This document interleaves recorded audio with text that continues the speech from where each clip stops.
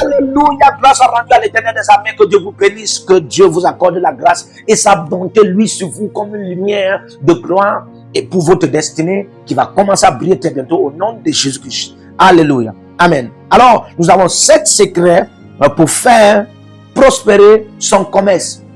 7 secrets pour faire prospérer son commerce. 7 secrets pour faire prospérer son commerce. Alléluia.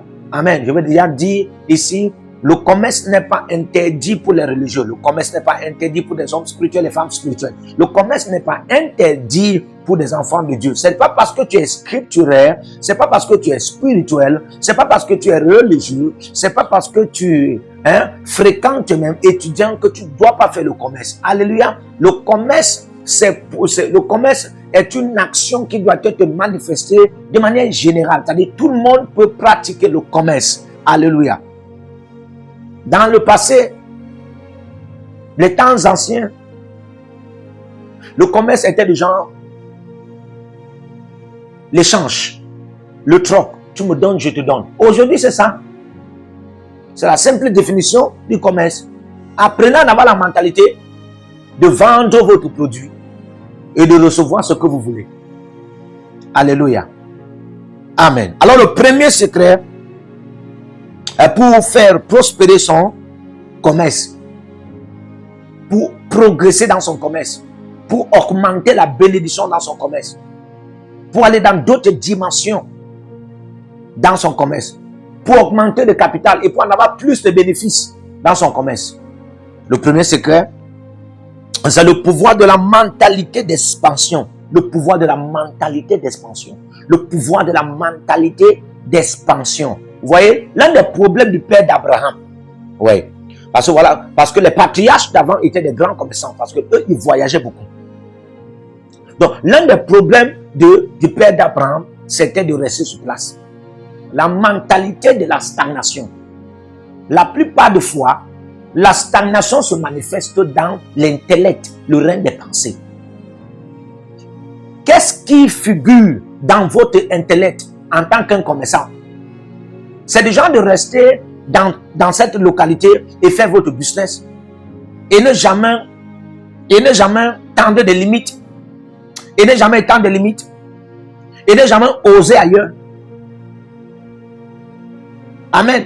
Vous voulez prospérer dans votre commerce, vous voulez augmenter la bénédiction dans votre commerce, vous voulez en avoir plus de capital ou bien plus de bénéfices dans votre commerce, frère, sœur, écoutez-moi. Le pouvoir de la mentalité d'expansion est recommandé à vous ce soir. Très important. Cherchez à être élargi. Élargissez, ça se passe dans la mentalité. Amen. Vous voyez, quand Abraham est venu, lui, dès que Dieu lui a dit, je ferai de toi une source de bénédiction. Je ferai de toi une source de bénédiction. Va dans le pays que je te montrerai. Abraham est quitté là, il a commencé à partir. Quand vous lisez Genèse 12, 7, 8, 9, 13, vous voyez que la Bible nous dit que Abraham a commencé à parcourir. Il a commencé à parcourir toute la contrée du pays que Dieu avait dit qu'il devait lui donner. Et pendant qu'il parcourait, il posait des fondements. Il posait des fondements. Ça, c'est la mentalité d'expansion. Lorsqu'il parcourait même, il ne restait pas dans une seule place qu'il a déjà mis pied. Même étant dans ce pays. Vous êtes dans cette communauté. Vous faites, ce n'est que dans votre circonférence de 3 km, de 4 km, que des gens qui sont dans cette circonférence de 3 km connaissent que vous faites ce business. Vous n'avez que des clients de 3 km. Vous avez des clients de 3 km, de 4 km. Vous n'avez pas des clients qui viennent de 10 km, qui viennent de 20 km. Pourquoi? Parce que vous n'avez pas une mentalité d'expansion. Alléluia. Deuxième secret, les déclarations prophétiques par la foi des possibilités, malgré les impossibilités quotidiennes commerciales. Les déclarations prophétiques par la foi des possibilités, malgré les impossibilités quotidiennes commerciales. Il y a ce qu'on appelle les impossibilités quotidiennes commerciales. Chaque jour, Vous pouvez les rencontrer. Ce qui attaque votre commerce au quotidien, ce qui est contre votre commerce au quotidien, les paroles qu'on lance contre votre commerce au quotidien, comment prospérer ou comment faire prospérer votre commerce, frère. Alléluia. La Bible déclare, ce que tu diras, c'est ce que je ferai. Comme dans Matthieu 18, tout ce que tu liras sur la terre sera lié dans les cieux. Comme dans Matthieu 16, 19, je te donnerai les clés du royaume des cieux. Et tout ce que tu liras sur la terre sera lié dans les cieux. Quand Dieu t'a déjà donné les clés du commerce. Quand Dieu t'a déjà donné les clés du commerce, fais le commerce. N'est pas seulement en avoir de l'argent et en avoir de la marchandise et vendre. Non, faire le commerce, c'est aussi libérer des paroles. C'est aussi libérer des paroles. Jésus dit les paroles que je vous dis sont esprit. Frère, faire le commerce, c'est aussi faire les transactions avec les esprits. Faire le commerce, c'est aussi faire des transactions avec les esprits. La plupart des grands esprits sont dans les marchés. Ah oui. C'est pourquoi vous ne devez pas blaguer quand vous voulez prospérer, vous voulez avancer. Vous voulez avancer, on peut utiliser votre commerce comme un centre de sorcellerie. C'est un centre de sorcellerie. Si vous n'avez pas de la sagesse, et vous voyez, ça ne prospère pas dans votre circonférence. Mais l'autre personne qui est là à côté est en train d'utiliser votre commerce là. Et lui, votre commerce là est en train de prospérer dans sa circonférence. Pourquoi? Parce que quand lui, il reste dans sa circonférence commerciale, il libère des paroles. Et quand il libère des paroles, ça impose de manière implantée des impossibilités quotidiennes commerciales dans votre aspect commercial. Alléluia. C'est pourquoi vous, quand vous vous positionnez, la Bible dit dans Job 22, 28, il dit, à tes résolutions, répondant le succès. Qu'est-ce que tu as résolutionné dire? Qu'est-ce que tu résolutionnes faire? Alléluia. Alors, troisième secret pour faire prospérer son commerce. La possession territoriale des positions commerciales. Il y a des positions qui ne sont pas commerciales. Il y a des positions qui ne sont pas commerciales. Donc, cherchez à posséder des territoires qui sont commerciales. Des positions de transactions faciles. Alléluia. Quand vous regardez Paul a écrit, vous allez vous rendre compte qu'il n'y a pas Romains 1. Il n'y a pas un Romain. Ou bien, il n'y a pas un Romain. Il n'y a même pas deux Romains. Il n'y a que Romains. Mais quand vous allez regarder, vous allez vous rendre compte qu'il y a un Corinthien, il y a deux Corinthiens. Ici déjà, ça explique combien de fois Paul a beaucoup considéré la ville de Corinthe. Et il a beaucoup duré dans cette ville. Et il a beaucoup fait de l'évangile, il a beaucoup prêché de l'évangile. Il a beaucoup prêché les choses du royaume dans cette ville. Pourquoi? Parce que cette ville était une ville commerciale. Frère, cette ville était une ville de transactions commerciales. Les Corinthiens étaient d'abord des grands pêcheurs. Ce sont des gens qui fabriquent tout. Alléluia. C'est du business qui se passait là-bas 1000 à l'heure. On ne dort pas. C'est comme à New York. C'est comme à Douala. C'est comme à Tokpa, Cotonou au Bénin. C'est comme à Douala, Machin Bopi. Frère, c'est 1000 à l'heure. Il n'y a pas du sommeil. Dans des endroits comme ça, vous pouvez chercher à posséder un territoire. Ce sont des zones qu'on appelle des zones de position commerciale. Vous voulez faire réussir, ou bien vous voulez faire prospérer, vous voulez faire augmenter votre aspect commercial. Vous avez besoin de positionner votre commerce dans de telles positions. Alléluia.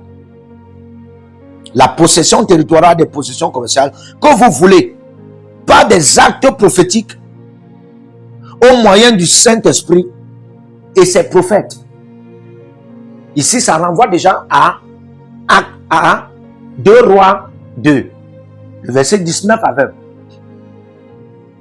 C'est Élisée qui arrive dans une ville et on lui fait comprendre que la ville en réalité est belle, mais il y a de la stérilité et les morts, il n'y a pas de l'eau.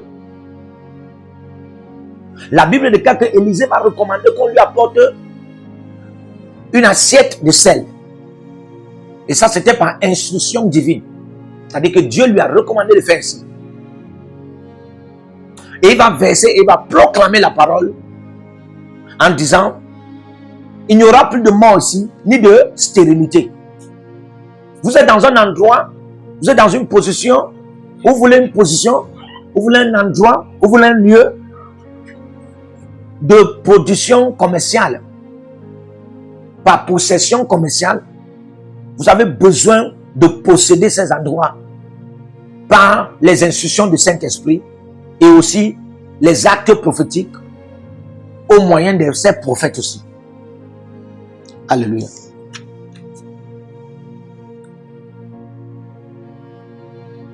Quatrième secret pour faire prospérer son commerce.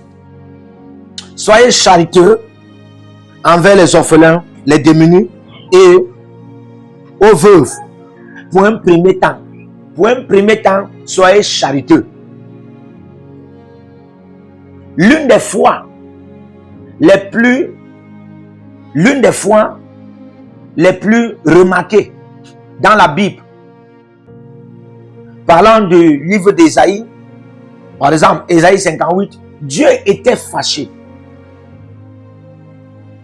Dieu était en colère contre les sacrificateurs, les saoudiens, les scribes, tous ces hommes à haut rang élevé, religieux, politique et économique.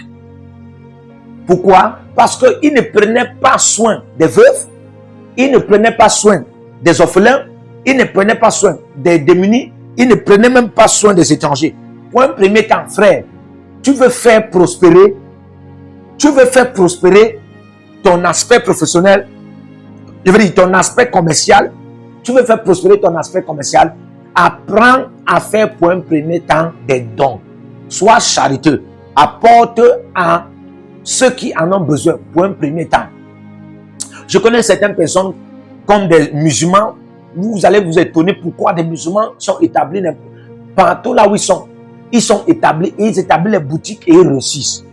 Pourquoi? Ils sont devenus des envahisseurs économiques, commerciaux dans le monde entier. Et ce sont eux qui ont, qui ont la forte tour commerciale mondiale. Les musulmans, si vous allez remarquer. Alléluia. Pourquoi?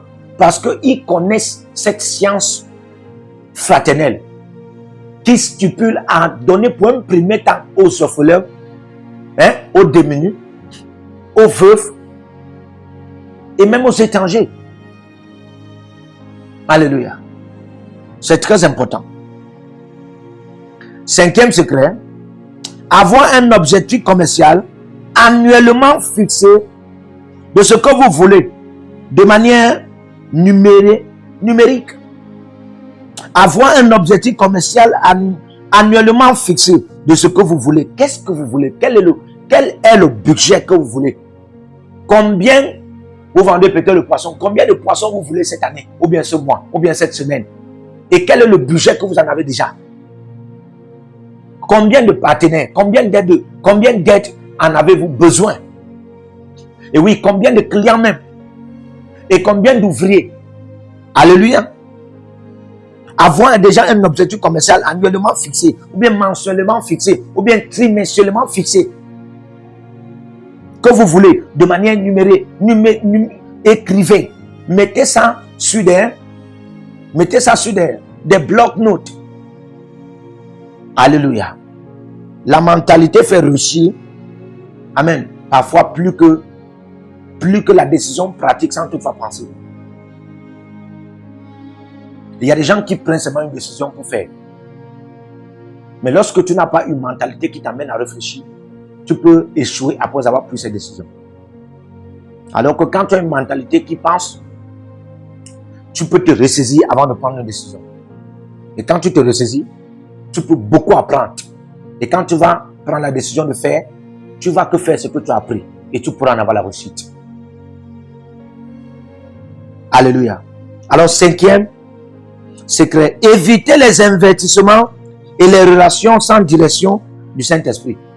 La Bible déclare que tous ceux qui sont conduits de l'Esprit, tous ceux qui sont conduits de l'Esprit sont fils de Dieu. Romains 8, 14. Évitez les investissements et les relations sans direction du Saint-Esprit. Il y a des gens, par exemple, que vous infiltrez dans votre aspect commercial. Vous avez infiltré la pauvreté. Il y a des gens qui sont une incarnation de la pauvreté. Il y a des gens qui n'ont jamais touché 1 million. Il y a des gens qui n'ont jamais touché 2 millions. Vous voulez prospérer dans votre aspect professionnel. Frère, de telles personnes, ne les laissez pas auprès de vous. Vous pouvez aider de telles personnes, mais à distance. Vous pouvez faire grâce et faveur à de telles personnes, mais à distance. Dans votre enceinte commerciale, dans votre règne commercial, ce que vous en avez déjà bâti pour commencer à mettre en pratique, pour en avoir une prospérité, ne faites pas entrer de telles personnes. Il y a des relations qu'il ne faut pas en avoir. Vous voyez par exemple, la Bible déclare dans Genèse 39. Dans Genèse 39, la Bible déclare que Dieu fit réussir la maison de Potiphar. Dieu bénit la maison de Potiphar et tous ses business à cause de Joseph. Donc, Potiphar, prenez exemple sur Potiphar, vous des commerçants, vous des businessmen, prenez exemple sur Potiphar. Vous savez de quelle relation vous allez faire infiltrer dans votre règne commercial. C'est des personnes de faveur, des personnes de grâce. Oui. Des personnes dont à cause d'eux, vous pouvez voir une augmentation. Vous pouvez voir un progrès. Vous pouvez voir pas seulement le mouvement, mais aussi un changement témoignant. Un changement témoignant. Pas un changement poignant, mais un changement témoignant. Il y a des gens qui entrent dans votre vie, vous vous sentez poignardé. Mais il y a d'autres personnes qui entrent dans votre vie, vous vous sentez consolé. Alors vous pouvez témoigner. Alléluia. Amen. Évitez les investissements. Il y a des investissements que quand vous n'avez pas de la direction, quelqu'un m'a dit, ok, homme de Dieu, moi je ne suis pas de l'église, moi je ne suis pas chrétien, comment donc être dirigé, comment donc être dirigé pour mieux investir? C'est simple. Si toi tu n'es pas chrétien, cet enseignement, ce n'est pas seulement pour les chrétiens. Si toi tu n'es pas chrétien, tu n'es pas pasteur, tu n'es pas prophète, tu n'es pas apôtre, tu n'es pas chrétien, disons, mais tu es en train de suivre ce message et tu veux faire du business, écoute-moi, c'est simple. Alléluia. Demande de l'exemple. Cherche à en avoir des modèles. Il y a des personnes qui ont réussi que vous pouvez vous connecter à eux. Vous pouvez vous connecter à des personnes qui ont réussi dans leur aspect commercial ou bien des personnes qui prospèrent de jour en jour, de semaine en semaine, de mois en mois, d'année en année. Ils prospèrent dans leur aspect commercial. Comment eux ils font? Alléluia. Amen. Prenez-les comme vos maîtres, prenez-les comme vos mentors. Et soumettez-vous, apprenez et commencez à réussir dans votre aspect commercial. Alléluia. Alors, septième secret, servez le Seigneur auprès d'un père et auprès d'une mère spirituelle mandatée de Dieu. C'est très important aussi.